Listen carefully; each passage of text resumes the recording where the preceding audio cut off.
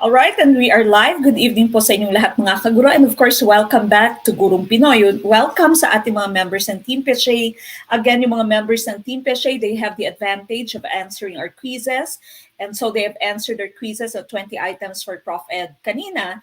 And of course, they can watch a full-length video. They can download the PowerPoint presentation in PDF form. And of course, they have their free pre-board and free final coaching. So again, if you are still not a member of Team Peshay, pwede pa po kayong humabol. Our membership is valid until September of this year. No? So magpa-member na po kayo sa ating Team Peshay. Just send a message to our Facebook page. Again, our Facebook page says Gurong Pinoy. Hindi po Gurong Pinoy Let Online Group. No? Gurong Pinoy Let Online Group is a public group. Doon po kayo sa Gurong Pinoy na Facebook page mag-send a message so that you can become a member of Team Peshay. Now, if you are watching us on our page, again, napuputol po yung ating video dyan. Ganun din po sa ating YouTube channel. So magpa-member po kayo sa Team Peshay so that you can watch the full-length video. Pwede nyo pong balikan yung mga old videos natin. Of course, you can download all the materials that we have. Okay, so again, tonight, our discussion is centered on professional education.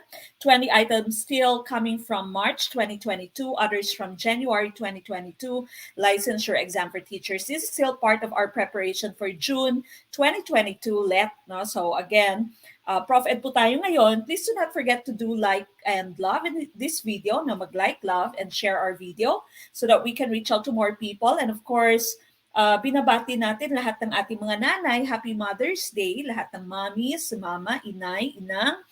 Kahit yung mga tita no, na tumatayong nanay, yung mga lola na tumatayong nanay.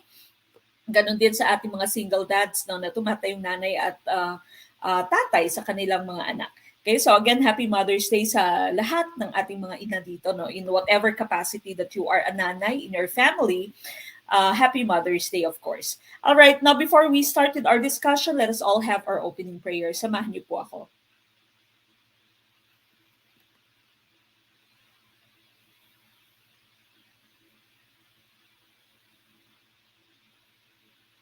We thank you for this new day, Lord.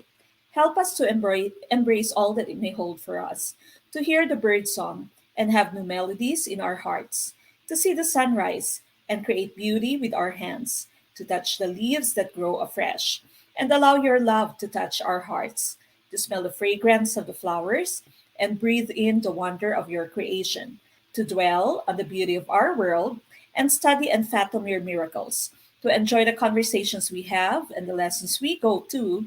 May we drink in all the goodness you have for us. Amen.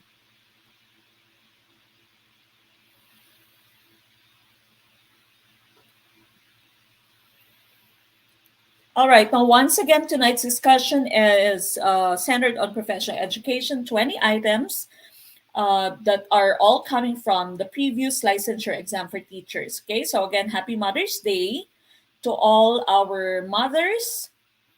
Okay, and of course, paki-like, love, and share na po ng ating video. Mag-like, love, and share na po ng ating video. We are going to start in a few minutes. Okay, we still have around 100 people not liking, loving, and of course, napaka-importante po that you share our video so that mas marami po tayong makater no, na students, mas marami po tayong matulungang maipasa yung kanilang licensure exam for teachers. Okay, again, please do like, love, share our video. 100 people still not liking, loving, sharing our video. Paki-like, love, and share na po ng ating video so that we can all start.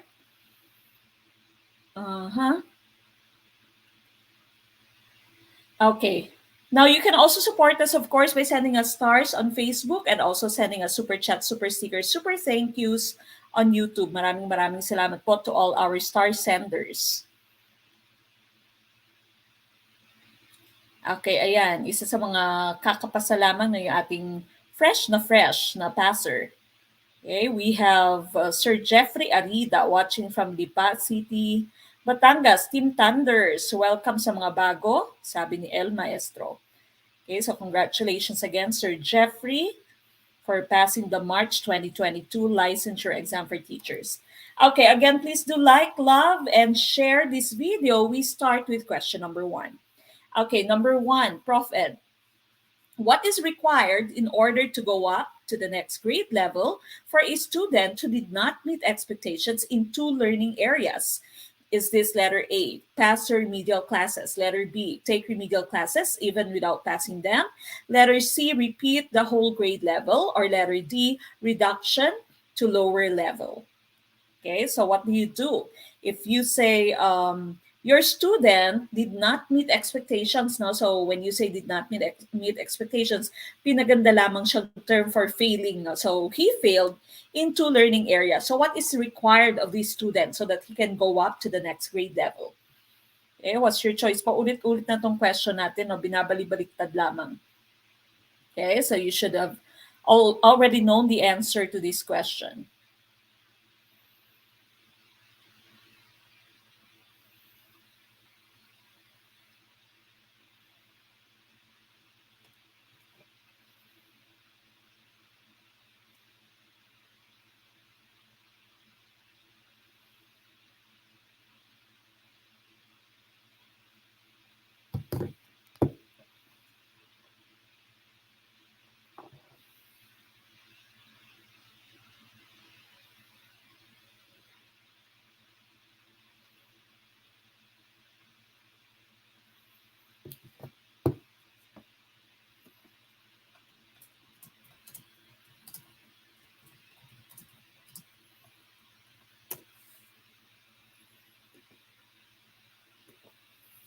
Okay, what's your choice for question number 1?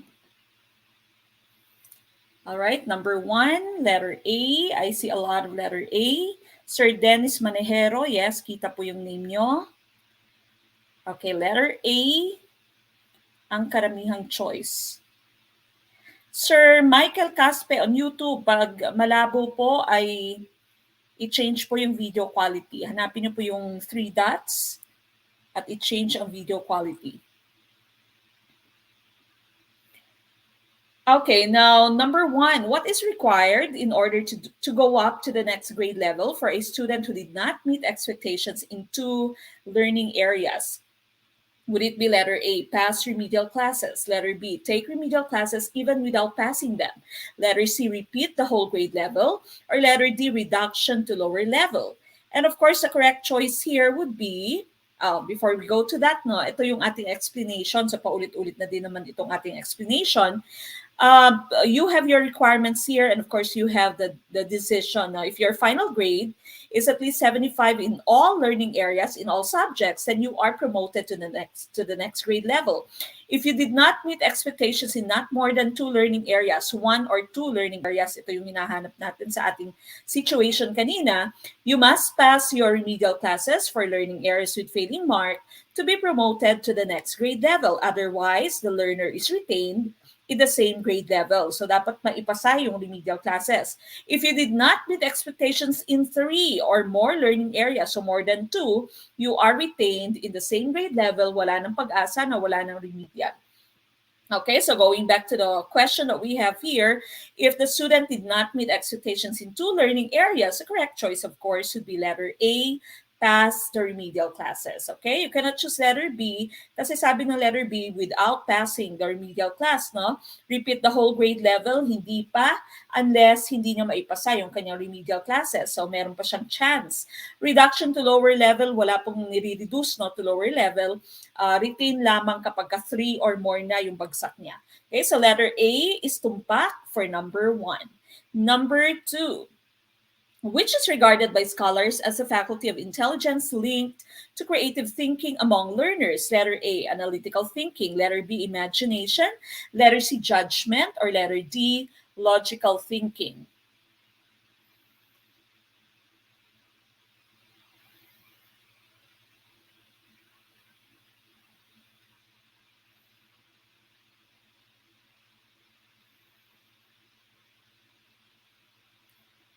Okay, unang salang pa lang, tumpak na, sabi ni Facebook user. Okay, si Ma'am Wency, Sir Wency naman, ligwak agad sa number 1 pero move on lang. Tama po yan. Okay, fight lang ng fight. Okay, number 2, I see B's, may ilang A, C, and D. Karamihang choice ay letter B. Tumpak kaya ang letter B? We will find out.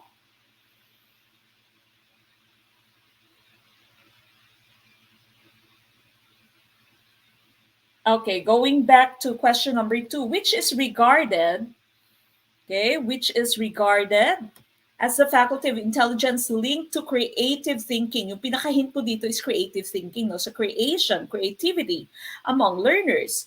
All of this, of course, are faculty of intelligence. Lahat naman ito parte ng intelligence, but we are looking for one which is linked to creative thinking, no? So your choices are analytical thinking when you analyze, letter B, imagination when you imagine, judgment when you make your judgments, no?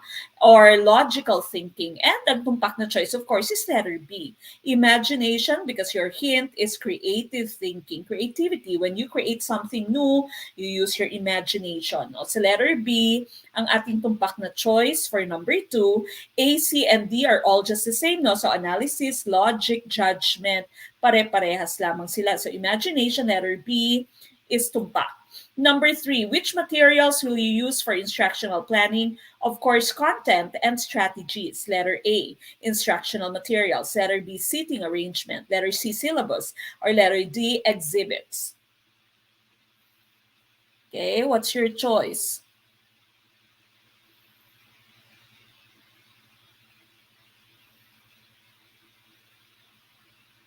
Pabati naman, Facebook user. Hindi ko po nakikita yung name ninyo.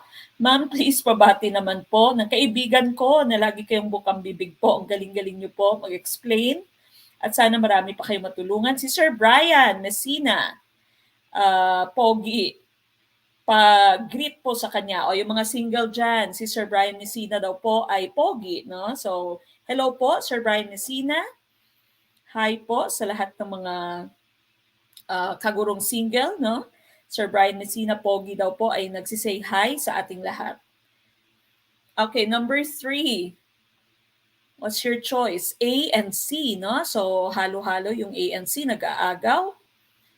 Sino kaya ang tumpak at alin kaya ang ligwak?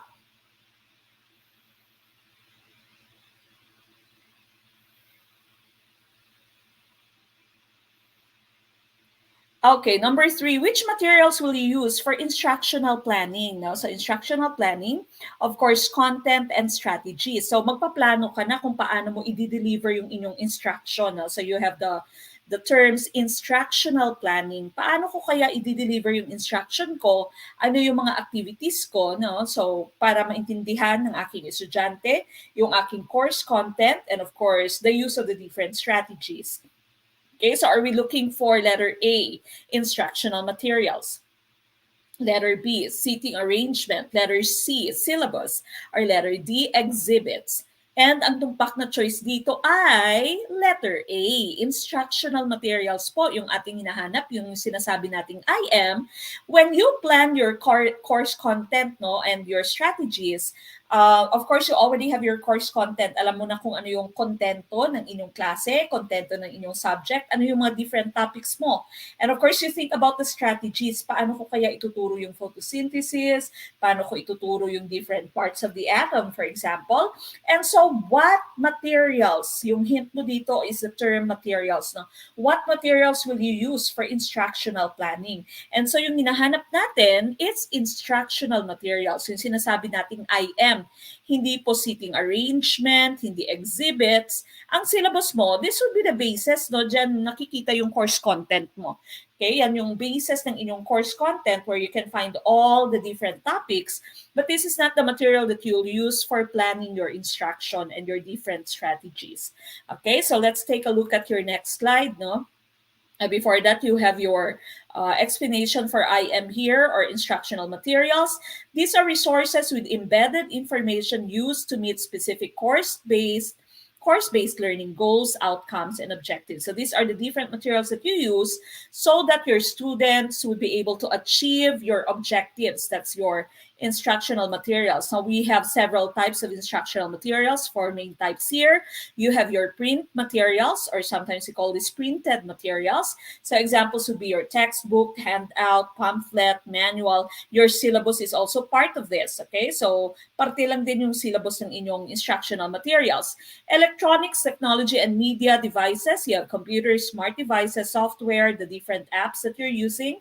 Visualizations and graphics, the different tables, flowcharts, diagrams, graphs, etc.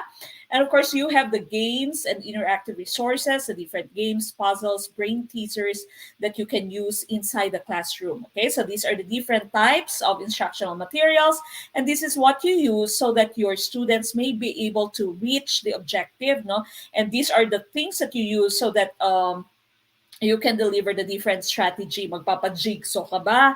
Magpapagawa ka ba ng Venn diagram? Magpapa-outline ka ba? For example, in English, magpapa-role play ka ba? Magpapa-performance task ka ba ng paano mag-dribble, for example, in PE, no? So, different types of instructional materials. So, letter A po, yung ating hinahanap for number 3. Okay, now what about number 4? So mga ligwak, move on na kaagad, no? Okay lang yan. Which of the following is practiced in a brainstorming situation? Letter A, suggestions must have merit. Letter B, only good ideas are allowed. Letter C, no objections to ideas. Or letter D, opinions must meet counter opinions. Ayan, tama yan, no? Tama yan, Ma'am Elsie Joy. T1 Betita, bahala na ligwak ngayon. Ang importante, alam na at mas naintindihan, panigurado pasado na sa let. Yan po yung dapat nyong gawin. No? So, huwag po kayong panghinaan ng loob kapag ka naliligwak. Okay, marami naman po sa mga ating kaguro, they can attest to that. Yung mga LPTs na natin, ng mga nagre-review, palaging ligwak. But of course, sa pagkakamali po tayo natututo, no? So, by making mistakes, you learn a lot. And of course, baunin nyo yung inyong learning so that when you take the actual let, alam nyo na, no? Nakita ko na tong question na to, naligwak ako dito nung nagre-review kami. Ngayon, alam ko na kung ano yung aking choice. Okay? So, kung alin yung tama, alam nyo na dapat. Wag namang palagi kayong ligwak tapos hindi kayo natututo, no? So wag namang ganon. Okay, 4D. Aha. Talaga? Maraming nag-D. Mukhang genocide na naman yung number 4, no? Okay, so sabi na number 4 mo, which of the following is practiced in a brainstorming situation? If you can remember, very common question in the let, no? What can you use or what strategy are you going to use if you want to generate as many ideas as you can para makapagkuha ka, no? Para makapag-ipon ka ng pinakamaraming ideya, yung gagamitin mong strategy is brainstorming. Okay? Now, should it be letter A? Pag may suggestion yung estudyante, dapat binibigyan mo ng puntos. Only good ideas are allowed. Okay? So, pag hindi maganda yung ideya niya, ida-down mo yung bata mo, i-discourage mo. No objections to ideas. Okay lang, just give me any ideas that you have. Or letter D, opinions must meet counter opinions. Pag meron siyang opinion, pag meron siyang suggestion, dapat meron ka ding mungkahi na ika-counter sa kanyang opinion. No? So, palagi mo siyang kontrahin. Yan po yung ibig sabihin ng letter D mo. Opinions must meet counter opinions. Meron kang pang-kontra dapat, no, sa opinion ng inyong estudyante. Or kung sila mang estudyante, dapat may opinion silang nagka-counter attack to each other. No? So yan po yung ibig sabihin ng letter D. Baka hindi nyo lang naintindihan yung letter D. Your choice here should be letter C. Okay, remember, for your students to give as many ideas as they can, and for your students to be able to open up, no? Dapat hindi mo tinatawanan yung kanilang ideya, dapat hindi mo minamaliit yung kanilang ideya, dapat wala kang objection sa kanilang idea. Common question po ito sa let, no? Sometimes the words that you will see is that accept all the ideas, okay? Do not laugh at the ideas of your students. Because if you laugh, if you object to their ideas, hindi na sila magpa-participate, no? Sasabihin nila, hindi na ako magbibigay ng aking idea kasi last time, tinawanan na naman yung idea ko. Last time, yung idea ko, in-object. Now, remember, the goal of brainstorming is to get as many ideas as you can. Okay? So, unang-una, no objections muna dapat sa any ideas na ibabato ng inyong estudyante. So, letter C ang tumpak na choice. Okay? So, letter C po tayo, hindi po letter D, no? Hindi mo ika-counter yung kanyang opinion. Okay? Opinion niya yan eh. And of course, you know, na iba yung estado mo sa inyong estudyante. Sometimes, kulang pa yung kanilang kaalaman. So, yung ideas nila, iba din sa ating ideas, okay? But many of our students are very creative, no? Lalo na ngayon. Okay, so letter C ang ating tumpak na choice sa number 4. Number 5, Teacher Sonny finds that student Elisa is emotionally insecure. Which of the following is the best way to assist Elisa? Letter A, give her extra assignments. Letter B, give her more physical and less mental work. Letter C, exempt her in some subjects. Or letter D, align activities to her needs. Okay, what's your choice?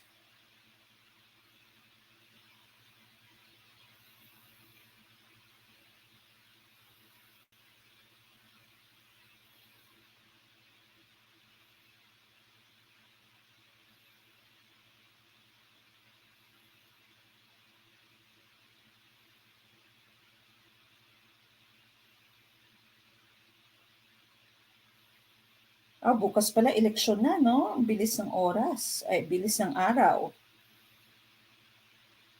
Okay, bumoto ng tama. Isipin ng future ng inyong mga anak. Okay, number 5, I see a lot of D's. Okay, so tumpak kaya ang letter D? Or genocide na naman kaya ang letter D? Okay, so you have a student who is emotionally insecure. No? So insecure yung inyong estudyante. Wala siyang confidence sa kanyang sarili. Now, what would be the best way for you to assist this type of student? Okay? Now, are you going to give her extra assignment? So, mas pararamihin mo yung kanyang ginagawa, yung kanyang mga gawain, no? Are you going to give her more physical and less mental work? So, walang paperwork, physical work yung ibibigay mo kay Elisa. Are you going to exempt her in some subjects? Okay, so exempt mo siya kasi insecure siya. Or is it letter D, are you going to align the activities to her needs? Okay, and the tumpak na choice here, of course, is letter D. No? So tama yung letter D, align activities to her needs. Now, we have to remember that our students are all different. No? We have what we call individual differences, or we also have your multiple intelligences. So maaaring emotionally insecure siya, pero of course, lahat tayo merong skill, no? Meron tayong forte, kumbaga. Kung hindi ka man magaling sa isang bagay, meron talagang bagay na mag-e-excel ka, no? So kailangan mo lamang hanapin, kunwari kayo, no, insecure kayo, feeling mo hindi ka marunong gumanito, hindi ka marunong sa math, hindi ka marunong sa ganyan, pero meron talagang isang bagay kung saan mag-e-excel ka. So hanapin mo yung bagay na yan at payabungin mo yung bagay na yan, no? So as a teacher, ika nga we are superheroes, we have superpowers, no? Kasi hindi lamang pagtuturo yung ating ginagawa, ginaguide din natin yung students natin. And so we have to understand that our students all have individual differences, and it is up to us to discover kung ano yung kanyang forte. Okay? So what you do is you align some activities to her needs, okay? Para magkaroon siya ng confidence, para maisip niya na, kaya ko pala, okay? So this is what I'm going to do next time na meron kang ipapagawa sa kanya, gagawin na niya, no? So, magkakaroon siya ng confidence now. Now, as a parent naman, dapat you should be an enabler to your child, no? So, dapat ini-enable mo yung child magkaroon ng security, magkaroon ng confidence, ng initiative. Huwag ikaw yung puro gumawa ng modules ng child mo, no? Because if this happens, your child is going to become insecure din. Wala din siyang bilib sa sarili niya kasi wala siyang ginawa, no? So, very important yung role mo as a parent. Okay, so again, happy Mother's Day nga sa lahat ng ating mga nanay.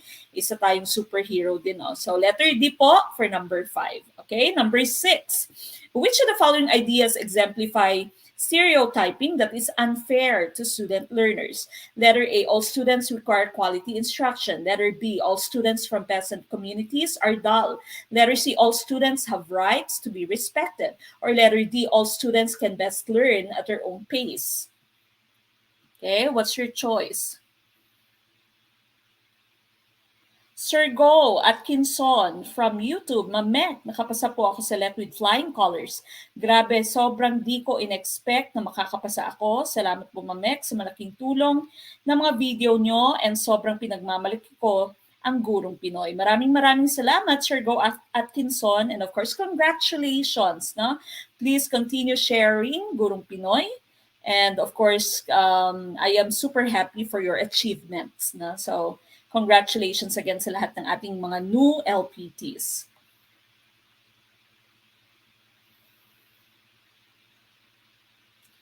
Okay, number 6. What's your choice?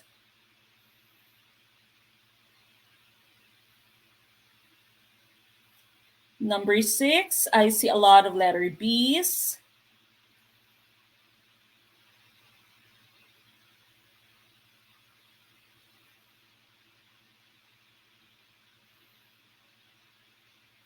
Okay, letter B, hinahanap natin is stereotyping that is unfair to student learners, no? Hindi maganda para sa ating student learners. Unfair. Now, you all know what the meaning of stereotyping is. Meron kang label, no? So, for example, sasabihin mo, basta Ilongga, malambing. Basta Ilongga, gwapa, no? Basta Ilocano, Ilocana, kuripot. Ano pa yung ibang stereotyping natin? Merong mga nagsasabing, basta taga-Capiz, aswang, no? Yung ganyan yung mga stereotypes natin. Okay, so stereotyping that's unfair to student learners, yan po yung hinahanap natin. Kayo ba sa inyo bang lugar, meron kayong stereotype? Okay, so stereotyping again, meron kang label. Generalize mo lahat ng tao from a certain community or lahat ng tao from a certain place. No? So, yan yung stereotype na hinahanap. Now, hinahanap natin yung stereotyping na unfair sa students, no? Unfair sa student learners. Okay, now letter A here, all students require quality instruction. Of course, you know that this is correct, no? So lahat ng instruction na ibibigay mo dapat sa inyong estudyante, quality instruction. All students have rights to be respected. Of course, that is correct. All students can best learn at their own pace. That is true. And so the correct choice here would be letter B. We are looking for unfair stereotype. Okay, so sabi ng letter B mo, all students from peasant communities are dull. Yung peasant communities mo, ito yung mga mahihirap na communities. So when you say peasant, ito yung mga katulong. Okay, so mga aliping sa gigilid, for example, na yung mga sakada na yung mga mambubukid, mga galing sa communities no na medyo disadvantaged. So ito yung ibig sabihin ng letter B mo. All students from peasant communities are dull. When you say dull, of course, that means bobets, no? Bobo sana sabihin ko, bobets. Okay, so medyo mahina yung utak. Ito yung unfair stereotype. So stereotype mo kapag kagaling siya dito sa community ng mga magsasaka, for example, sa community ng mga mahihirap from the slums of Tondo, dull na siya, no? Ay hindi na siya marunong, hindi na siya matalino. Kaya letter B po ang ating tumpak na choice. Okay, number 7. What level of the cognitive process is required in writing an essay on the personality of a fellow classmate? Letter A, creating. Letter B, recalling. Letter C, analyzing. Or letter D, applying. Ayan, may natamaan. Pasensya na po. Example lang po yun. Sir JD 29 or Ma'am JD 29. Ouch naman, natamaan. Ilocano. Okay, but that is one of our stereotypes, di ba? Kapag ka Ilocano na kuripot.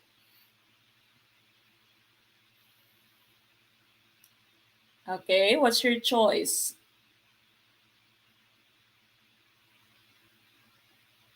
7.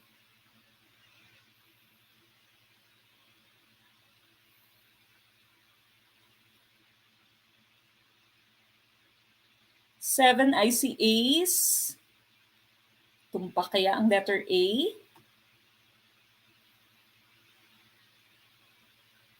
Again, please do like our video and share our video.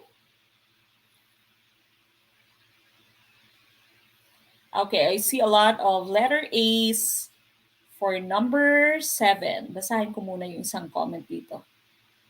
Okay, from Sir Biano Messina, congrats ko lang love ko na si Alice Alcantara, Siaga, LPT, with 88.40 average. Wow, taas ng average. Salamat sa Gurong Pinoy. Sana nanonood ka, loves. Wow, sana all my loves, Sir Biano Messina, no? Sana all. Okay, so congratulations po. Ganon din kay Sir Ramier Ortaleza Limon. Thank you sa mga videos at live mo. LPT na po ako. March, let, 82 average ko dahil po sa mga videos mo po. Thank you po talaga. Congratulations, Sir Ramier Limon, LPT. Okay, so ang dami nating bagong LPTs.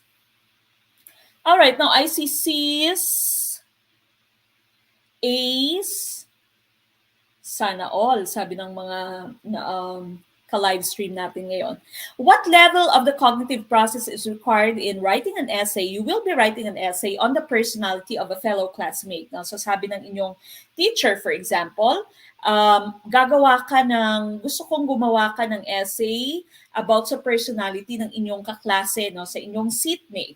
So what level of cognitive process are you gonna use? Is this letter A, creating, letter B, recalling, letter C, analyzing, or letter D, applying? And ang tumpak na choice natin, of course, is creating. No? Whenever you are making up something new, okay, you're putting together the different, say, personality traits, the different characteristics of your students or of your classmate, and you create an essay based on that, of course, what you are doing is creating, no? Ito yung tinatawag nating synthesis sa old version ng Bloom's taxonomy. It is not letter B, recalling kasi it's just simple recall, no? So knowledge level lamang. Name, list, you identify, yan yung recall mo. Analyze, this is the opposite of synthesis, no? Opposite of creating. When you analyze, you are given a whole, tapos you break down the whole into its different parts. No? So that's analyzing. And applying, of course, whatever you've learned inside the classroom, you apply those skills that you have gained into a real life situation, to another situation. So letter A po, yung ating tumpak na choice for number 7, that would be creating. Okay, number 8, what is a major aim in essentialist education along traditional learning of school subjects? Letter A, applied knowledge. Letter B, experiential learning. Letter C, thorough learning. Or letter D, rote memorization. Okay, let me just read another LPT natin. Ma'am Jovi Bernardo Flores. Good evening po, Ma'am Mek. Isa po ako sa nakapasa ngayong March 2022. Salamat po sa inyong napakagaling na discussion. 80.80 ang aking average. Maraming salamat po. God bless po. God bless and congratulations, Ma'am Jovi Flores. LPT, no? So, kayong mga nagre-review ngayon, kayo na yung susunod, lalong-lalo na sa mga ating titake, no? Magtitake sa June. Kayo na po yung next LPTs.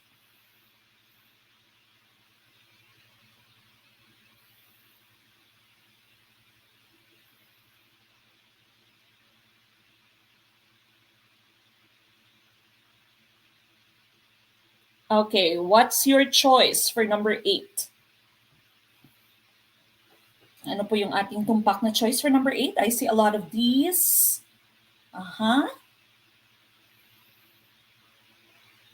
May B, may A. Okay, pero karamihan ay letter D. Tumpak kaya or ligwak kaya? All right, now going back to the question that you have here, your question is talking about essentialist. Now, you all know what essentialism is. Now, this is a traditional method of teaching. Sa inyong essentialist, the teacher is the only source of knowledge. Learning is one way, no? So, nakikinig lamang yung estudyante. The students do not learn from each other. The teacher does not learn from the students. So, teacher lamang yung source of knowledge mo. The teacher is the only source of knowledge.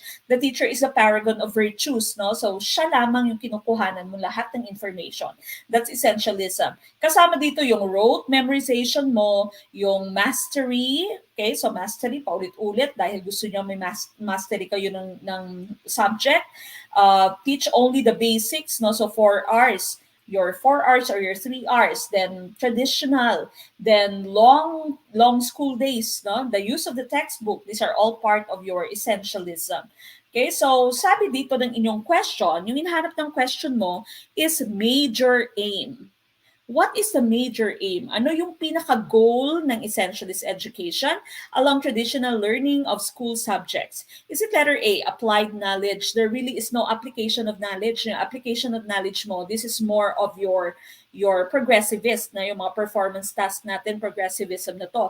Experiential learning, this is also progressivism, no? Pwede din siyang existentialism. Now, we are left with letter C, thorough learning. When you say thorough learning, this is mastery.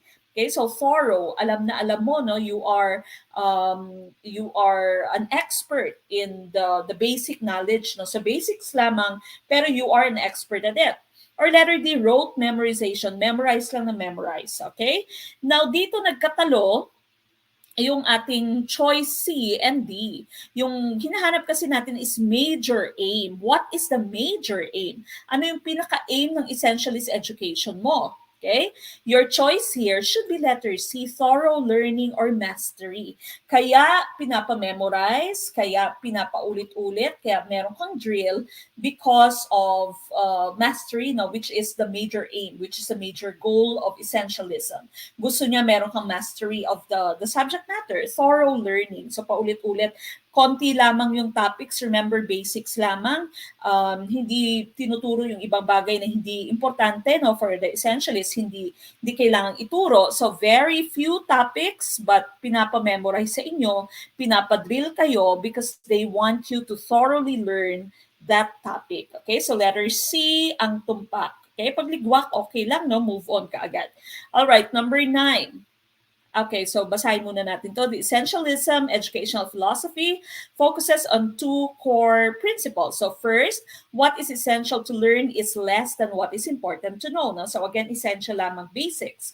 And secondly, mastery of the essentials is more important than the pursuit of knowledge. Hindi po pwede or hindi kailangan marami kang alam, kailangan lamang master mo yung basics. Okay, so thorough learning is what we are looking for in question number 8.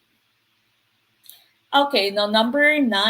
Which of the following exemplifies making lesson relevant to the life of students along the three domains of cognitive, affective, and psychomotor skills? Letter A, lesson with real person, real events connection. Letter B, lesson with clear logical idea connections. Letter C, lesson with pre-test and post-test. Or letter D, lesson taught with teacher peers. Okay, what's your choice? If you still have not watched our video on the isms, no, meron po tayong video on the isms. Marami po tayong videos dyan, especially sa YouTube. Okay, so panoorin niyo po yung lahat. No? We have over 400 videos na sa YouTube. So balikan niyo po yung lahat sa live streams natin na playlist. Ang dami na nating video. And of course, we have a playlist for Prof Ed. May playlist tayo for Gen Ed. No? Sa lahat po yan, balik-balikan nyo. And I would suggest yung ginagawa ng karamihang LPTs na natin is that you leave a comment para alam nyo na, ay, nakita ko na to, no? Na-watch ko na tong video na to dahil nakapag-comment na ako dito. So ubusin nyo lahat ng videos na meron tayo. No? Sabi nga ng isa sa mga top-notchers natin, si Sir Mark Mission, ay nagmo-movie marathon siya, no? At least 3 hours every day. At least 3 hours. No? So halos 2 video ng live stream, especially na more than an hour, yun yung pinapanood niya kada araw. Okay? So Sir Mark Mission, isa sa mga top-notchers natin noong January 2022. Sir Go Atkinson, na MEC, ask ko lang, since LPT na po kami, mga pastors and eligible na po kami sa civil services, pwede na po ba kami mag-apply sa any government agency or do we still need to take the civil services exam? You don't need to take the civil service kasi mas mataas po yung ating lisensya kaysa sa civil service. No? So, po pwede nang gamitin mo yung license mo, eligible ka na po. So, you don't need to take the civil service na. Okay, so isa ding option nyo yan if you don't want to teach.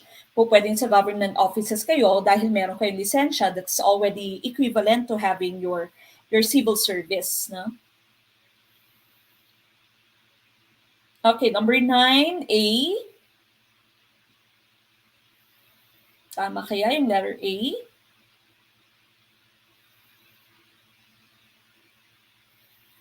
Okay, number 9. Which of the following exemplifies making lesson relevant to the life of students along the 3 different domains of learning? Okay? So sabi dito, yung hint mo is to make your lesson relevant. Okay? So importante siya, meaningful siya. How does your lesson become relevant to the life of your students? That means whatever they've learned inside your classroom, they can apply in their real life. No? So relevant, authentic, And your choice here would, of course, be letter A. So, tumpak yung letter A, no? So, lesson with real person, real events connection. Kaya sa ating K-12, marami nang ginagawang, pinapagawang performance tasks, no? So, performance tasks, real-life application, authentic assessment. Yung ating gusto, kesa sa paper and pencil lamang at hindi na-apply yung knowledge skills outside of your classroom. So, letter A is tumpak for number 9. Number 10, which of the following ensures a safe and secure environment for learners in school? Letter A, having security guards. Letter B, keeping the ID system. Letter C, caring and protective teachers. Letter D, installing CCTV cameras.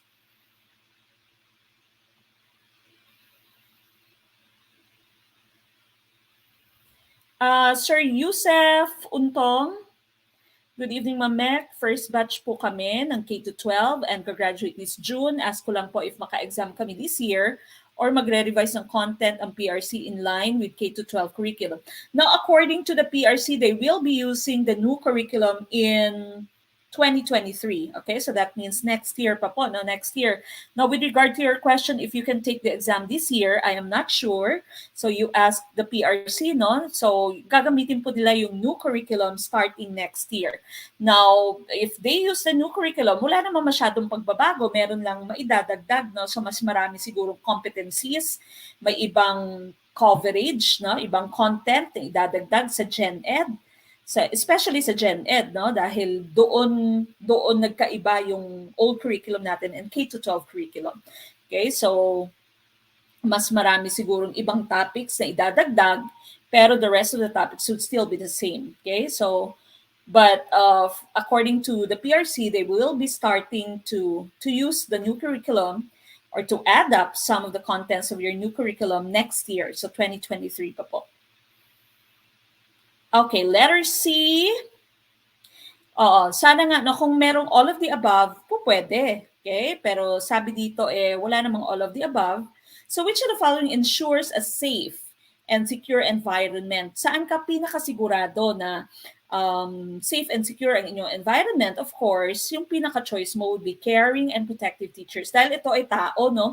The rest of those who just be, security guard mo, tao din naman. But of course, mas nauuna, no? Primary talaga yung inyong teacher. Ito talaga yung pinaka may relasyon sa inyong estudyante. Keeping the ID system, installing CCTV cameras, parehas lamang po yan. It is not an assurance that your environment is secure. No? Pwedeng makahelp sila, but not 100% na magde-depend ka sa kanila. Okay, so letter C is tumpak for number 10. Number 11, among communication indicators which can ensure effective communication between teacher and learners. Letter A, technology-based. Letter B, fun learning. Letter C, group dynamics. Or letter D, two-way. Now, again, next weekend, we are already going to have our pre-board, no? So, pre-board na tayo next weekend.